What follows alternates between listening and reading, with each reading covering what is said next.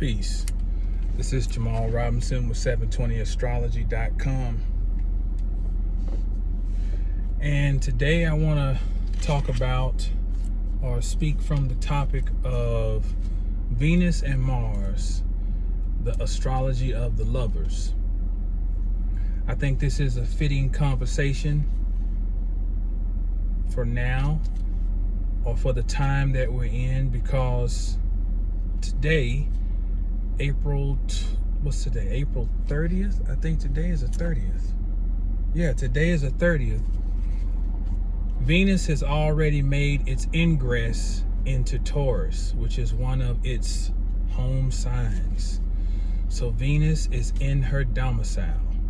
So she is strong, fortified.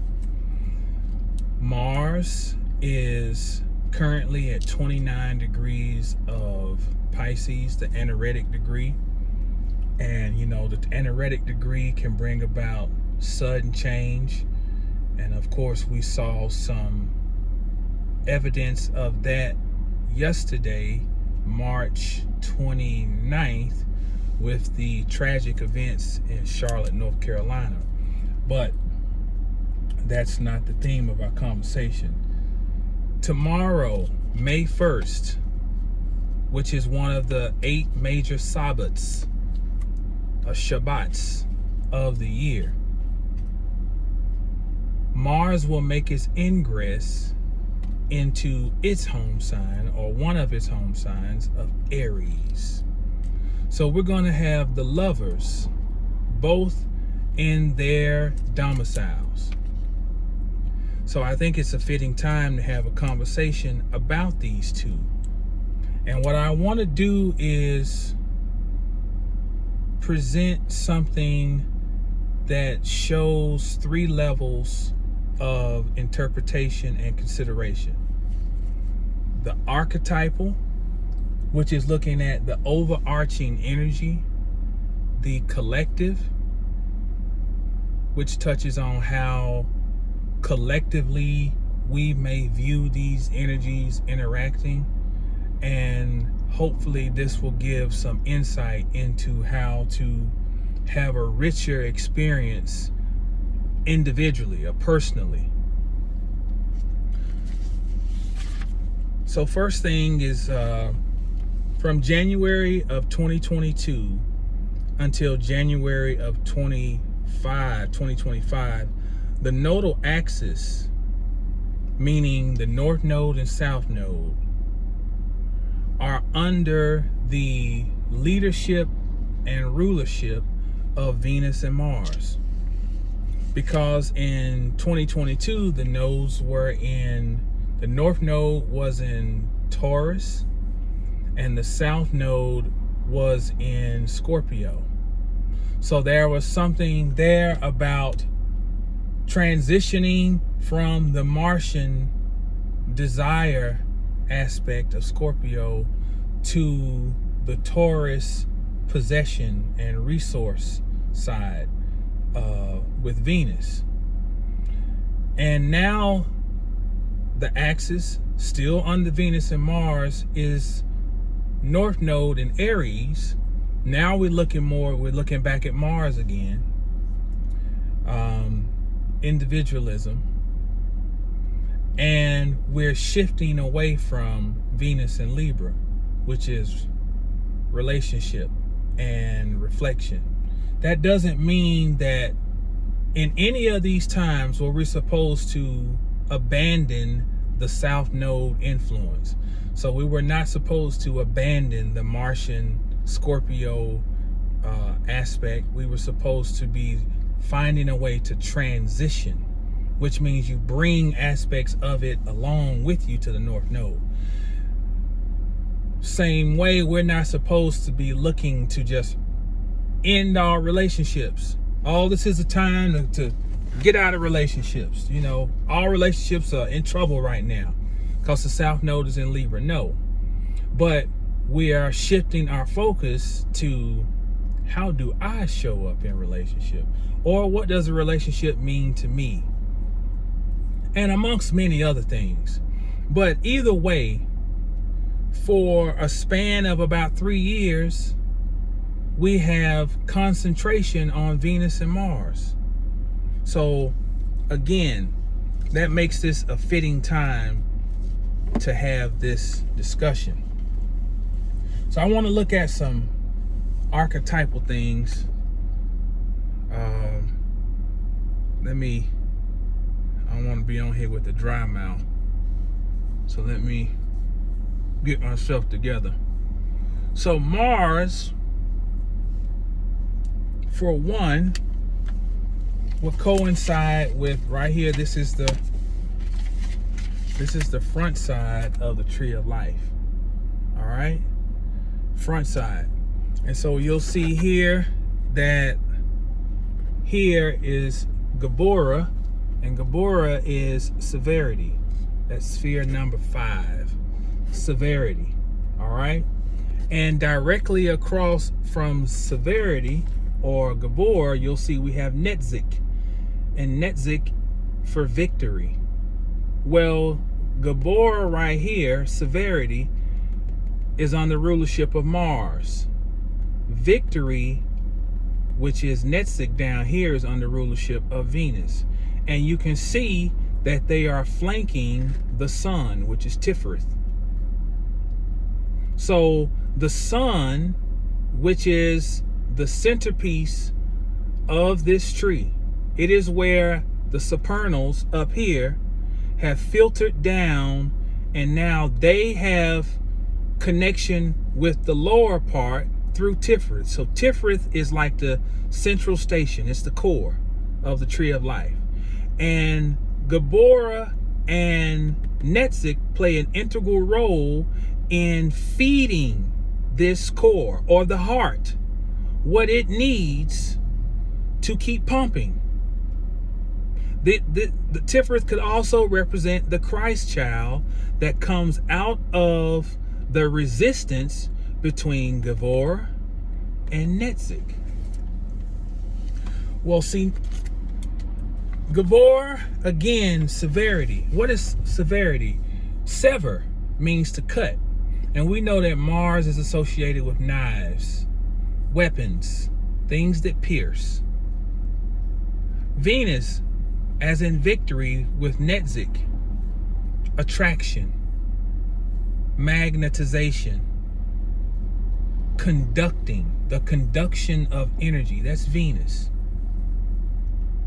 Mars, and I got some notes here, so I'm going to be referring to my notes because I don't want to forget these points, and I'll expound on where it need be. Mars, because it cuts, strives to individuate. For there to be individuation, then that means there's a separation. Anytime there's a separation, it symbolically represents some type of cutting. So Mars we could coincide with the number 1. Venus, because it unites, it also reflects and it balances. Now we know this is not the all of Venus, but we're trying to condense this. Venus unites and balances, so that naturally takes on the nature of the number 2.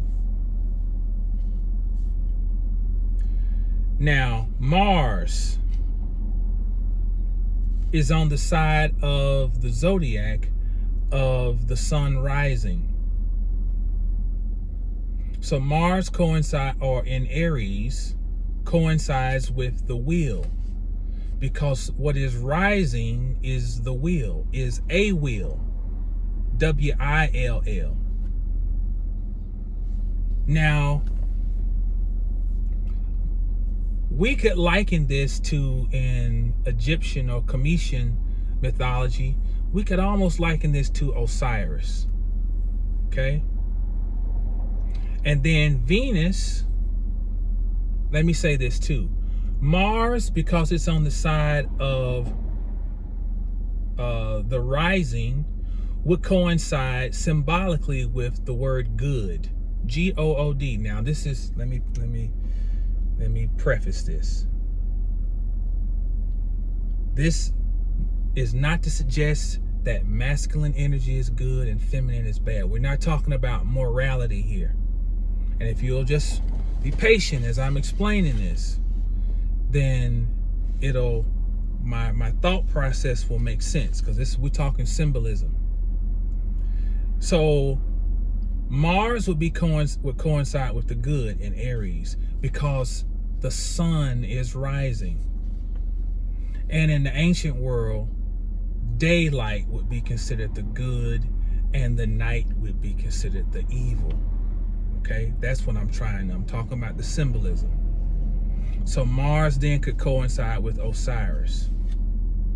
Venus then would be evil and also representing fate, because the fate of the sun rising is that it will eventually have to set.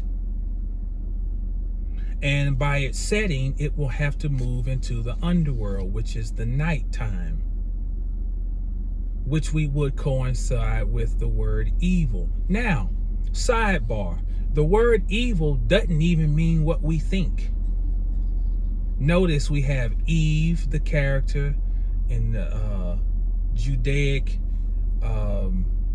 Old Testament, and Eve is the same root of evening. And so the evening of things, where the sun has to fall to even out the axis of it rising, would coincide with evil.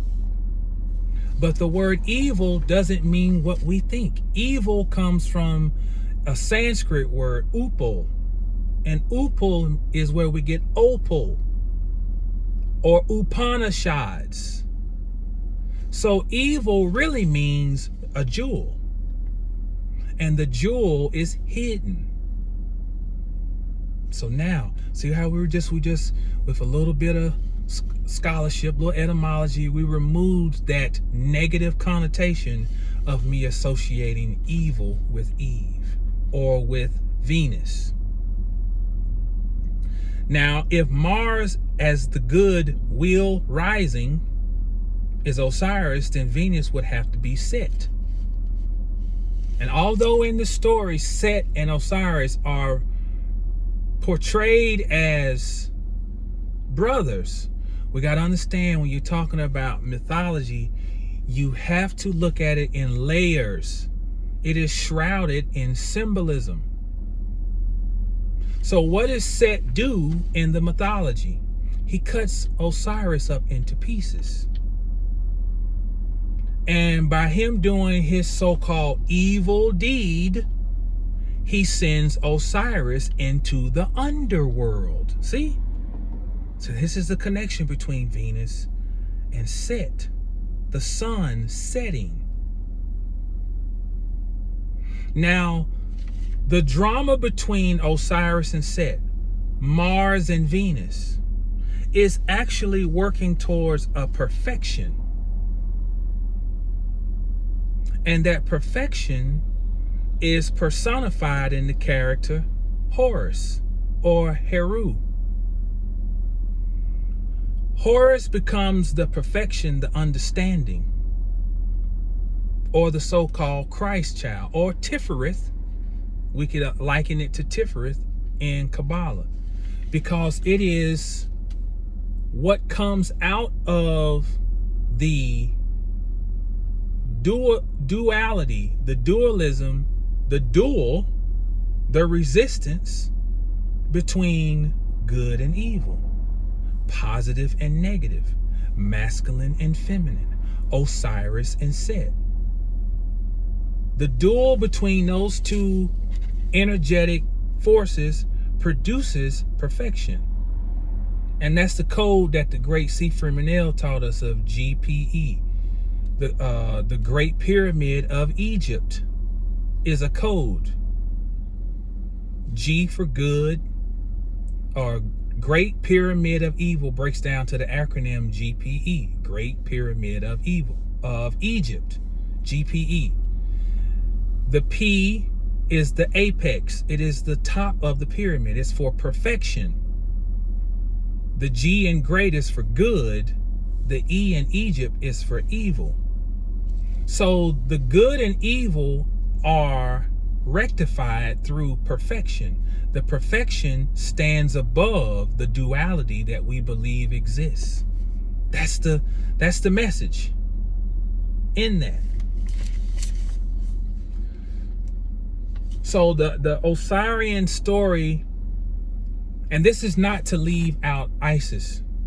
Let me say that too. This is not to remove the feminine, because what Osiris, Set, and Horus, we could arguably say represents the goddess triplicity being broken up into three pieces. That ultimately all of this drama is orchestrated by Isis or Asar or Aset. Aset. Because she's the one who put Osiris back together when he's cut up. She's the one in the other mythology who goes and hunts and looks for him and finds him inside of a tree in a place called Byblos. So then we know that Osiris is the word, because Byblos is where we get book. And she's also the one who turns herself into a bird, replaces his missing phallus with a wooden phallus. It's in one of the renditions of the story. And she causes him to ejaculate to produce Horus. And we then see that when Horus is born, he is the above ground version of the underworld. So he is the conscious expression of the subconscious process, which is Osiris, and he sits on his mother's lap. So Isis represents the throne.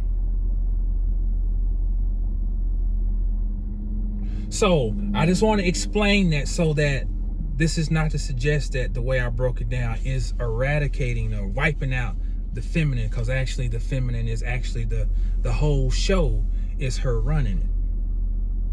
But this drama must be played out. All right, so let's keep going. Mars, I said Mars is the knife, and Venus in Libra, what do we say about Libra? The scales. Okay.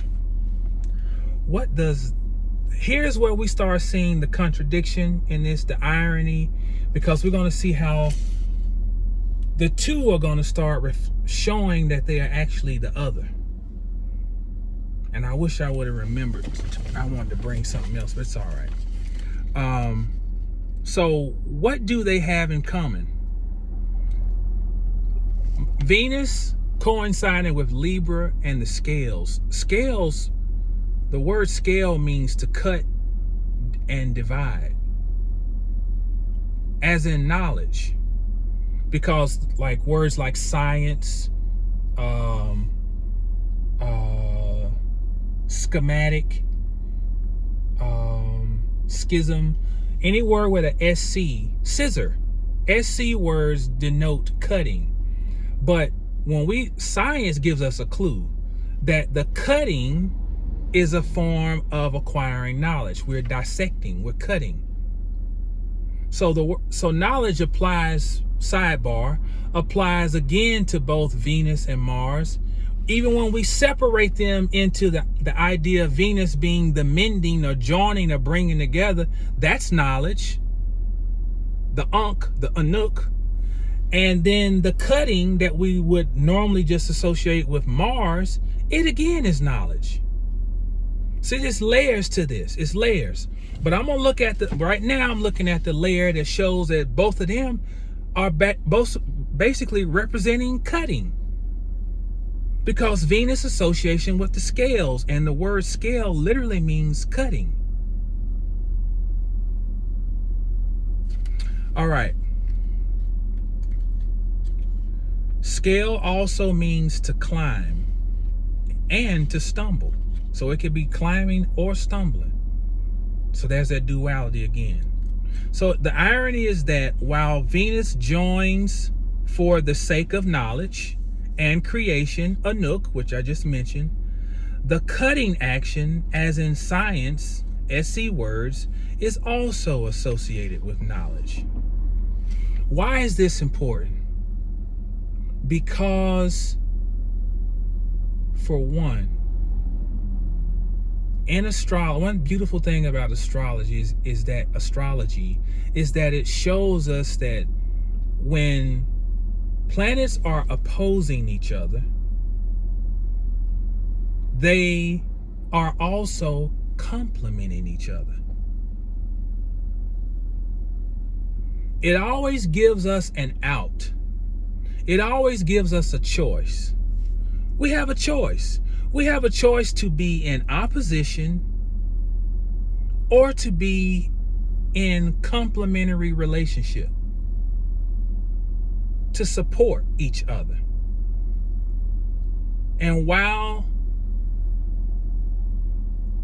one energy may be looking to achieve something one way and the other one looks to achieve something the other,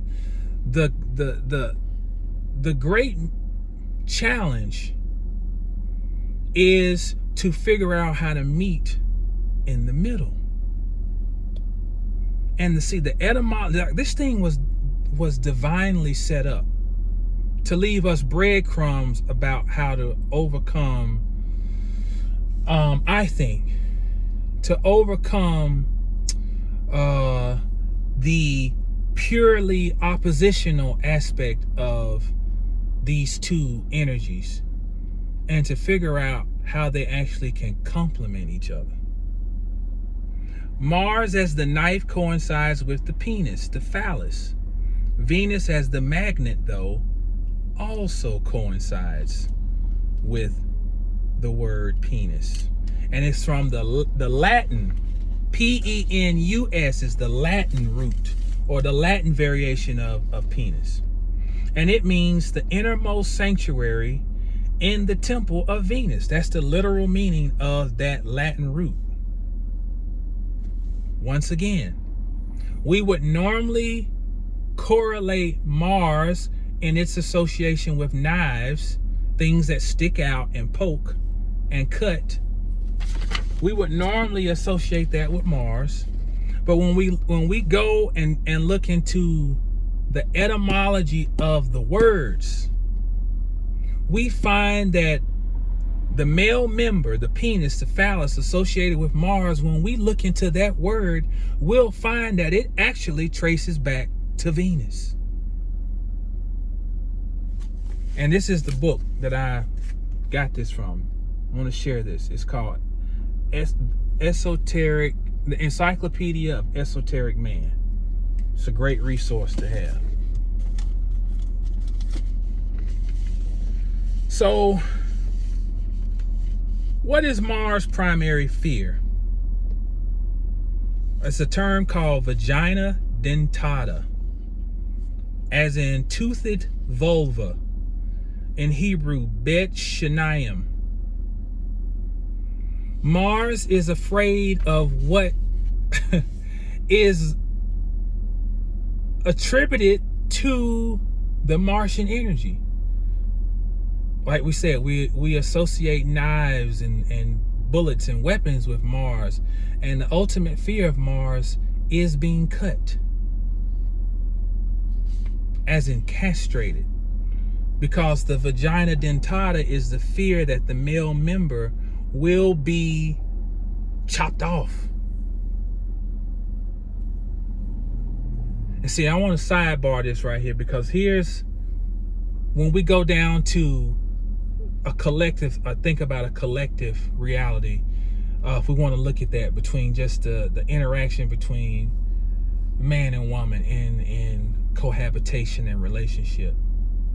And if we wonder, well, why may they act this way or act that way? It helps to try to dig into the archetypal nature. You know what I mean? That's what I'm trying to do. We're trying to show the layers of expression here. In the subconsciously, in the Martian masculine energy, there's maybe this fear of vagina dentata, losing your manhood. After the vigor and forward driving force fade, there is nothing left. After your testosterone fades and, your vigor and your, what am I?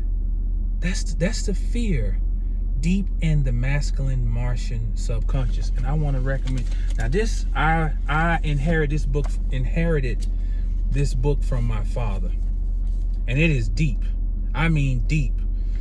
Sexuality and Spirituality, the Interplay of Masculine and Feminine in Human Development by John Moore. And I can't give a fitting synopsis of this, but it does take into account what we're talking about right now. How the fears of the masculine and the feminine, and why we can't lean completely one way or the other, because then there will be this void. And if I could find this area in the back of this book, I'll refer to some of this stuff for our conversation. But Venus, what might be Venus's primary fear? The fire being extinguished. There's the concept of the Vestal virgins, and their job was to keep the flame alive, because the flame was basically the heartbeat of the city. And so the people were dependent on, and we're talking, this is mythological, dependent upon these virgins who committed themselves to maintaining the fire. So if the fire burns out, then that is life extinguished. Because Venus attracts, why? Because Venus wants to continue life. It wants to create. It wants to birth. And so the attraction is to draw in. It's to draw in the Martian energy for the purpose of life. Venus is actually drawing Mars in so that Mars can actually survive.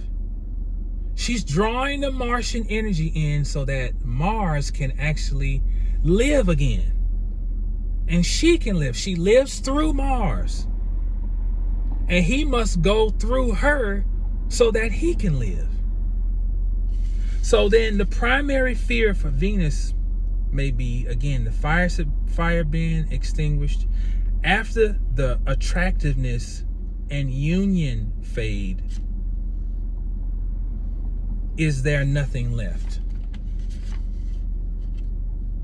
So after these sacrifices have been made, and maybe the attractiveness, the ability to draw fades, what is left? These are just some of my ponderances. So Mars, afraid of being castrated. And so old age to the man can almost be a form of castration.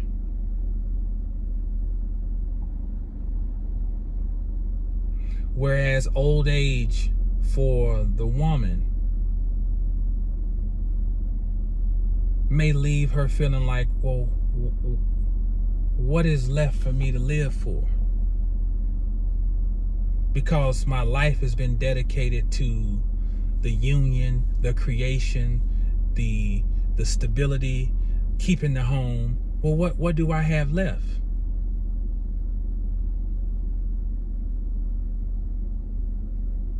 And is the fire going out?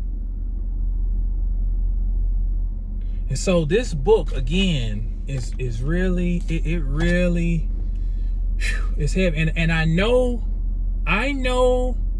what I'm saying is not just speculation, because my mother is a widow. She's 77 years old and has a lot of Libra Venus energy in her 12th house. And so these are conversations we have. What's my purpose now?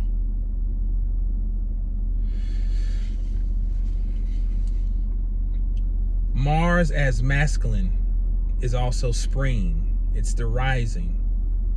It is actually centripetal. Now, centripetal means moving towards the center. And see, here's the contradiction again, because Mars represents the outward thrusting, because it's the masculine member. But why is the man thrusting out? He's really looking to go in. So the thing that he fears the most is really what he's trying to get to. This is quite a conundrum. Maybe what we fear at a subconscious level is actually what we, and we know it's true, because why do you put on cologne?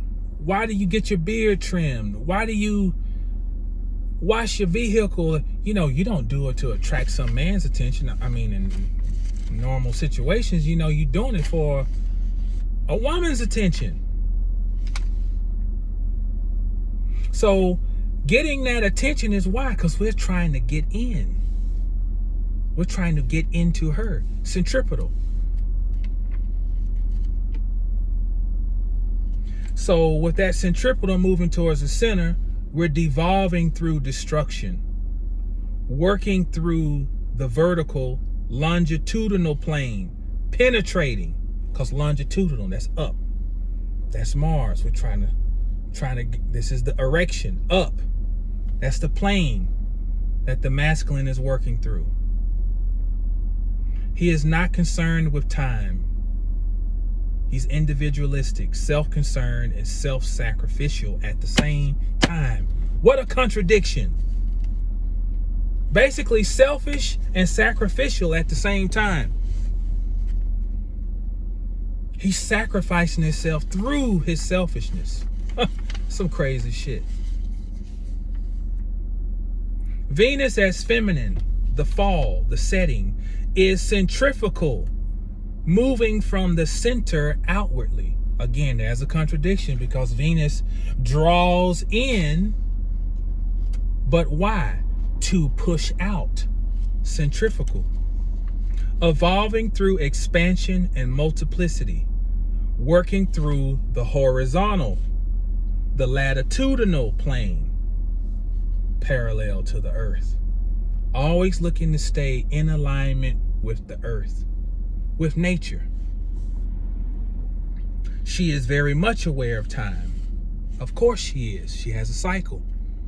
She is the clock. Naturally reflective and desiring a future. Wow. So,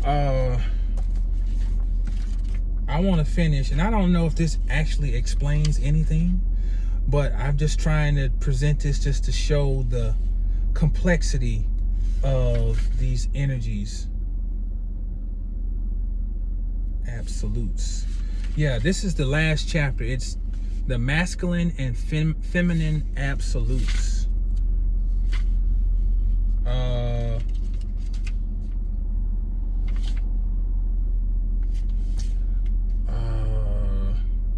So he says basically, how can I summarize it without reading all this?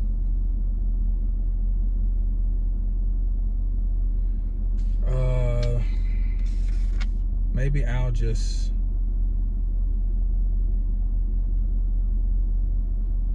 I don't know how I want to read all this. Okay, let's.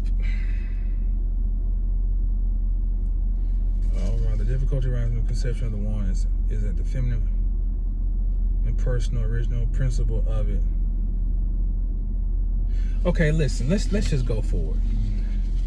The one as the omnipotent ideal is symbolically a masculine absolute. The number is represented by a single vertical stroke. This sign into also represents T, the self-center. No, represents I, the self-center, the conscious subject, the nominative case, called by the Latins the casus erectus. All these signs and attributes of the one are readily associated with the erect phallus. Wow, this is long. We're at 30-something minutes. Okay. In its resting, inactive state, the male phallus is flaccid.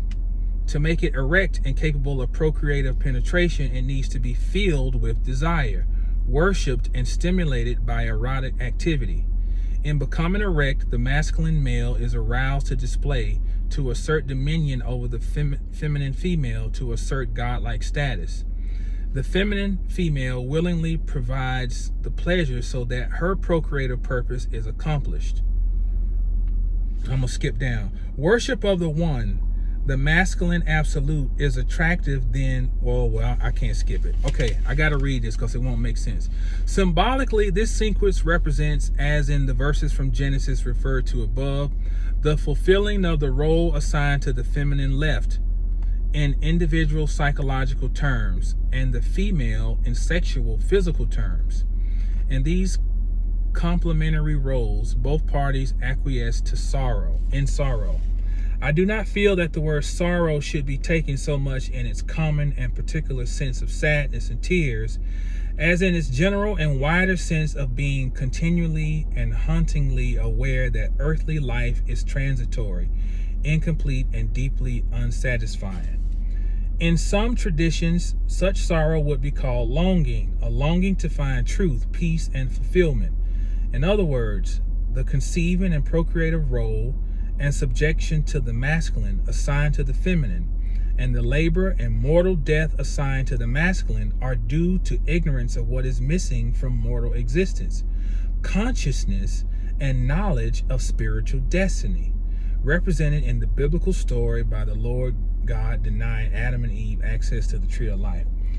Worship of the one, the masculine absolute, is attractive then to the feminine.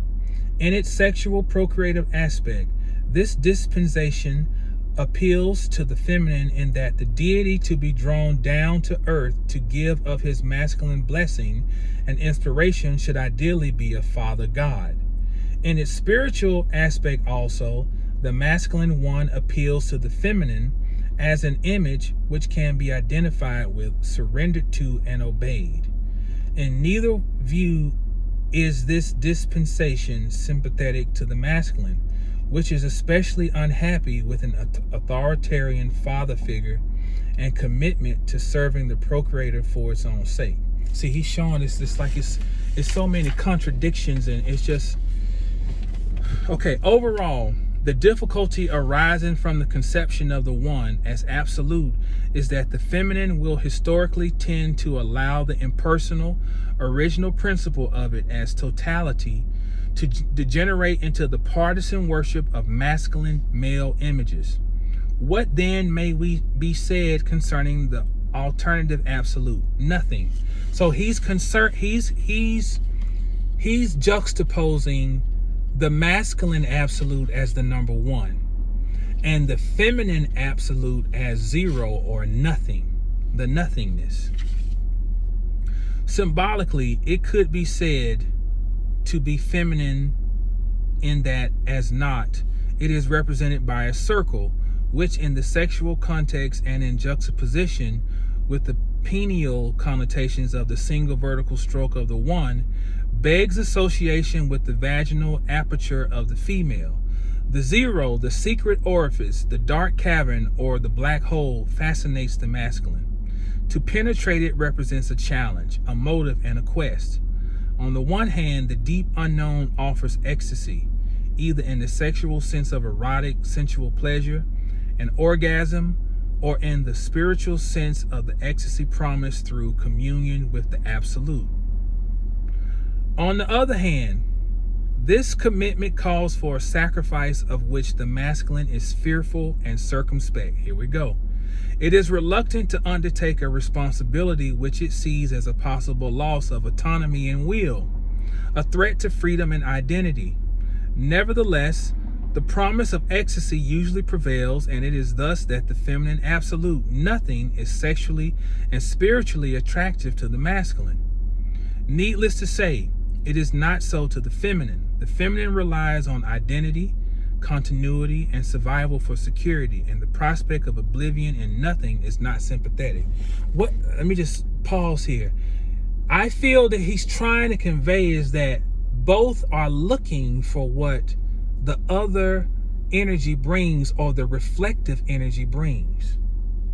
And in the looking for what each has to offer, the actual place of spiritual enlightenment or consciousness or true knowledge exists. Okay, so back to it.